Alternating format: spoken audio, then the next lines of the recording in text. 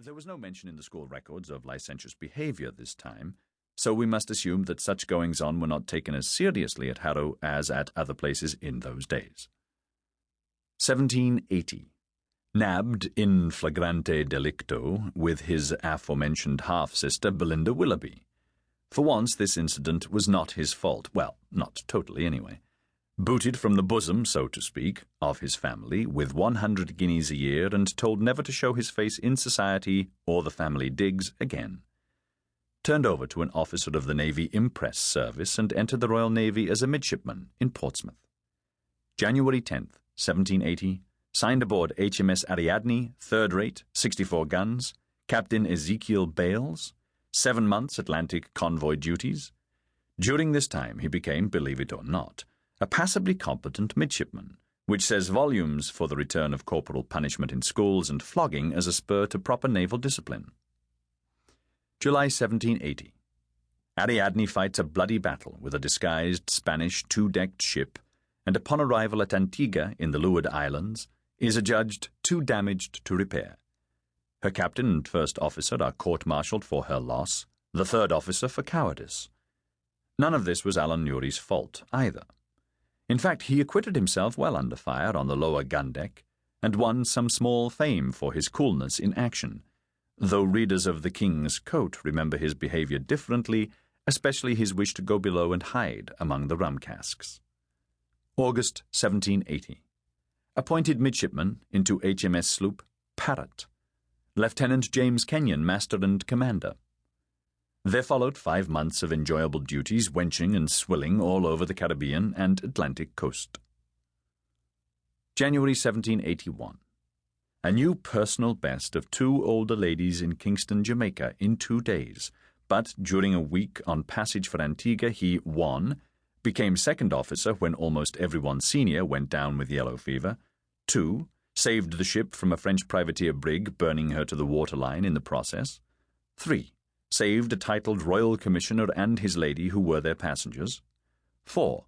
Almost had the leg over the lady, and 5. Came down with yellow fever himself, a damned trying week in all. February to March 1781.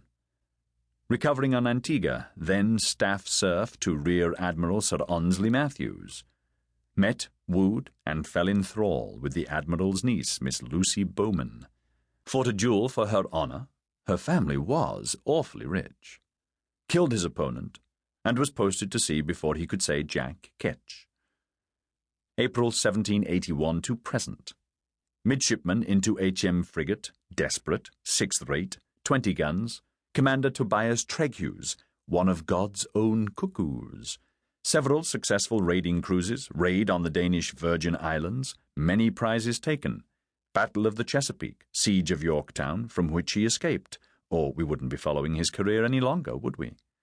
Evacuation of Wilmington, North Carolina, November 1781. See the French Admiral. Made acting master's mate, confirmed, in December 1781.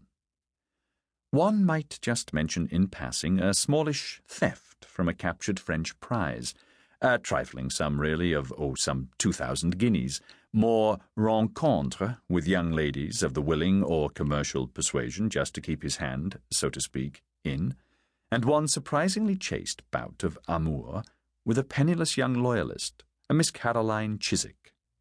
Chaste, perhaps, because he had served ashore with her 2 Tory soldier brothers, and knew what he could expect if he ever ran into them in a dark alley. Chaste, perhaps, because there's damned few places to put the leg over even the most obliging female aboard a man-of-war. Or chaste, perhaps, because he had seen the light, become a better person for his service in the Navy, and really did like her, and through her found a new respect for womankind, and— But no, we have deduced a pattern here, and a man's usually true to his nature when the blood's up, damn me if he ain't. One more annoyingly minor matter of biographical minutiae before we proceed to the flashy stuff, and I promise broadsides before you can say Jack Ketch.